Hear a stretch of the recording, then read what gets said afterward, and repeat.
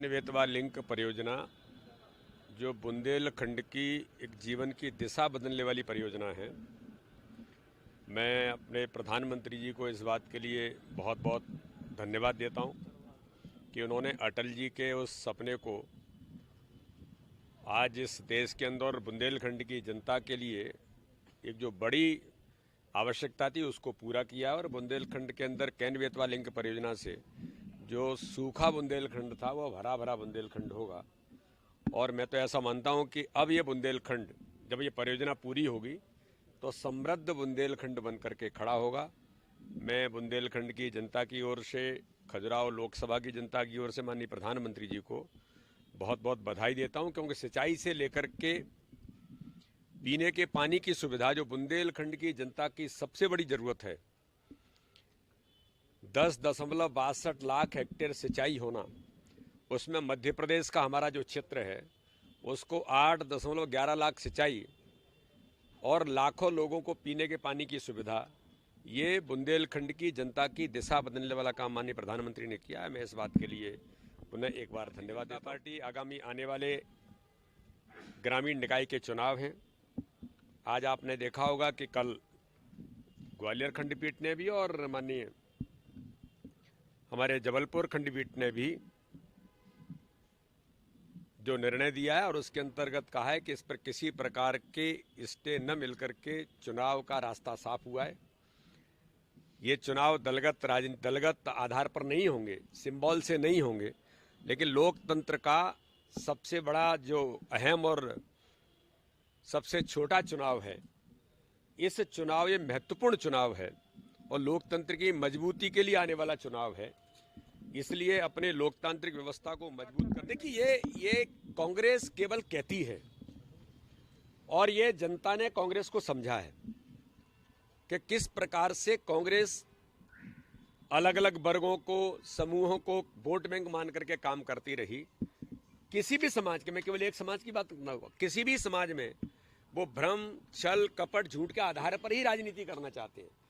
लेकिन भारतीय जनता पार्टी की सरकार में माननीय प्रधानमंत्री ने जो पूरे देश के अंदर वर्क कल्चर खड़ा किया लोगों के लिए कि आपने ओबीसी को संवैधानिक दर्जा देने की बरसों पहले बात की, लेकिन दर्जा कभी नहीं दिया। वो भारतीय जनता पार्टी के प्रधानमंत्री मोदी जी ने ओबीसी कमीशन को संवैधानिक दर्जा दिया।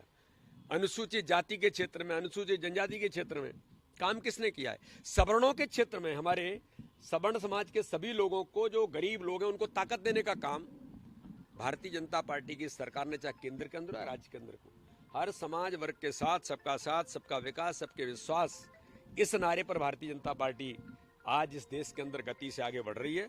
और इन चुनावों में भी भारतीय जनता पार्टी ऐतिहासिक बहुमत से जीतेगी। नहीं, कांग्रेस के पास तो केवल काम ही यही है। आप 15-10 साल तक दिग्विजय सिंह सरकार में थे, अर्जुन सिंह जी थे, तब केवल आप बातें करते रहे, आपने नहीं किया। पिछले 15 महीने थे, तब आपने कुछ नहीं किया। तो ये भारतीय जनता पार्टी की सरकार है। मैं माननीय मुख्यमंत्री जी को बधाई देता हूं और इस बात के लिए उनको धन्यवाद देता हूं कि पुलिस कमिश्नर प्रणाली लागू करके पुलिस को अधिकार संपन्न बनाकर जो मध्य प्रदेश की कानून व्यवस्था भारतीय जनता पार्टी के सरकार के नेतृत्व में अच्छी चल रही थी, उसको और संबल देने का काम, और आज के आधुनिक समय में नए पैरामीटर्स में पुलिस प्रणाली में और हम कैसे और अच्छा कर सकते हैं, तो कमिश्नर प्रणाली इसका एक बड़ा उदाहरण बनेगी और कानून व्यवस्था भी सशक्त बनेगी, ताकतवर बनेगी।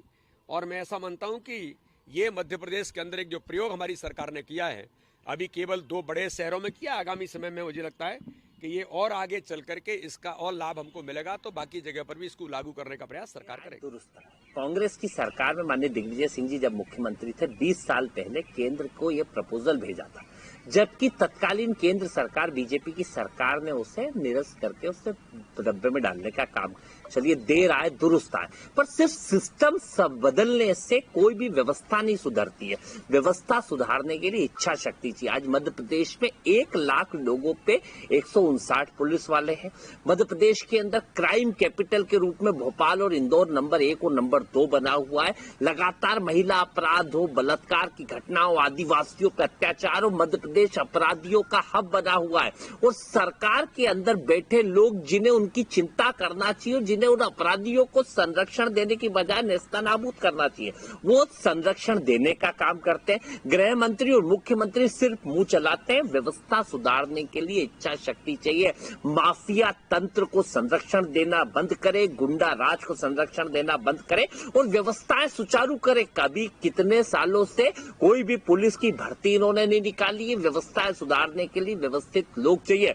और जो अभियान ये करते हैं, जिस तरीके से पुलिस को जो पोस्टिंग देते हैं वो पैसे लेके दिए जाते हैं और उसकी वसूली होती, कहीं ऐसा नहीं हो कि ये अभियान एक लूट का बड़ा हिस्सा भी बन जाए। इसके ऊपर चिंता का विषय स्पष्ट है। कांग्रेस पार्टी इसके ऊपर नजर रखेगी, क्योंकि किस मकसद से इन्होंने इसको लागू किया, कहीं राजनीतिक बदले के लिए, कहीं लोगों को डराने के लिए, या वसूली के लिए, या जनता के भले के लिए, स्पष्ट है। इसके लागू होने के बाद कई समय बाद, जब निगरानी के बाद ये समझ में आएगा, तब स्पष्ट चीजें होगी। व्यवस्थाएं नहीं, अपने दिमाग को बदले, अपने दिमाग की व्यवस्थाओं को बदलने का काम सरकार करे, तब जाके कानून का राज चलेगा। क्योंकि कहीं ना कहीं अभी अपराधियों का राज मध्य प्रदेश में चलता है। मैं प्रदेश सचिव हूँ मध्य प्रदेश जननी एक्सप्रेस संचालक संघ में।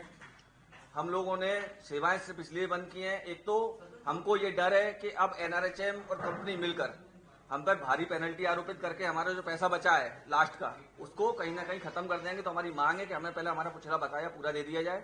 नए टेंडर पे किन शर्तों के साथ में काम करवाना चाहते हैं एक्सटेंशन में, प्लस 20 दिन का एक्सटेंशन हमको नहीं चाहिए। 20 दिन में हम लोग गाड़ियों का मेंटेनेंस करवाएंगे तो कम से कम 3 महीने का एक्सटेंशन मिले तो हम आगे काम करेंगे। वो भी किस स्तर पे काम करेंगे उसके बैठ के बातचीत हो। ये हो गया हमारे पुराने टेंडर को जो हमने गाड़ियां बंद करी। नए टेंडर पे हमारा स्पष्ट आरोप है कि इसमें सेटिंग की गई है। एक ही कंपनी की गाड़ी को खरीदने के लिए टेंडर में मोड़ तोड़ करके एक टेबल लगाई गई है, जिससे केवल और केवल फोर्स मोटर्स की गाड़ियां ही खरीदी जा सके। अब इसमें किसका हित है ये स्वयं सरकार समझे। दूसरी चीज, ये टेंडर भारतवर्ष में एक नया आयाम कायम कर चुका था। तो हर माँ बाप ये चाहते हैं, हर सरकार ये चाहती है कि हम अगली बार बेहतर करें, लेकिन इस बार टेंडर की शर्तों को इतनी शिथिलता दी गई कि एक छोटी सी कंपनी 150 गाड़ियों की ऑपरेट करने वाली कंपनी 2100 गाड़ियां ऑपरेट कर सके, इतनी शिथिलता दी गई। मेरा पहले भी आरोप था, जो न्यूज़पेपर में छपा था, कि रायपुर की एक कंपनी को बेवजह लाभ देने के लिए टेंडर किया जा रहा है। और आखिरी में वही हुआ, वही रायपुर की कंपनी है जिसने टेंडर हासिल किया। इसके बाद जिस स्पेसिफिकेशन को 250 गाड़ियों का स्पेस है पंजाब सरकार ने अपने क्राइटेरिया में, जो कंपनी ने मध्य प्रदेश में टेंडर जीता है उसको अयोग्य घोषित किया है। और मध्य प्रदेश में 2100 गाड़ियों का टेंडर है, मतलब 250 गाड़ियों पे जो कंपनी अयोग्य है पंजाब में, वो कंपनी 2100 गाड़ियों के टेंडर में योग्य घोषित हो रही है। तो ये स्पष्ट दिखाई देता है कि लाभ पहुंचाने के उद्देश्य से और बेवजह किन्हीं कारणों से, जो भी इनका रीजन रहा हो, ये पूरी तरीके से सेटिंग का टेंडर है। किस कंपनी का है टेंडर? जेएमए को लाभ एनआरएचएम के अधिकारी पहुंचा रहे हैं, क्योंकि जिनने टेंडर डिजाइन किया है वो खुद बताए ना कि उनको ऐसा क्या लाभ मिला कि उनको केवल फोर्स गाड़ी चाहिए। या तो वो मध्य प्रदेश में ये समझते हैं कि रोडें इतनी ज्यादा खराब हैं कि भारी भरकम गाड़ी चल पाएगी। जो सेवा घर से अस्पताल और अस्पताल से घर की फोर्स आने के बाद वो सेवा केवल अस्पताल से सड़क और सड़क से अस्पताल रहेगी। प्लस इस सेवा में लगभग 2,500 से 3,000 लोग प्रत्यक्ष रूप से जुड़े हुए थे। एक तरफ तो मध्य प्रदेश सरकार करोड़ों रुपया प्रचार प्रसार पे आत्मनिर्भर भारत के पे खर्च कर रही है, और एक तरफ उसी सरकार के अधिकारी नीचे स्तर पे वो रोजगार खत्म कर रहे हैं, क्योंकि जिस रेट में टेंडर लिया गया है उस रेट पर लीगली गाड़ी चलाना पॉसिबल नहीं है। आप उसको ऐसे उदाहरण से समझ लीजिए, किसी ने 200 रुपए किलो में देसी घी सप्लाई करने का ठेका लिया है। अब वो कौन सा देसी घी होगा ये हर कोई समझ सकता है।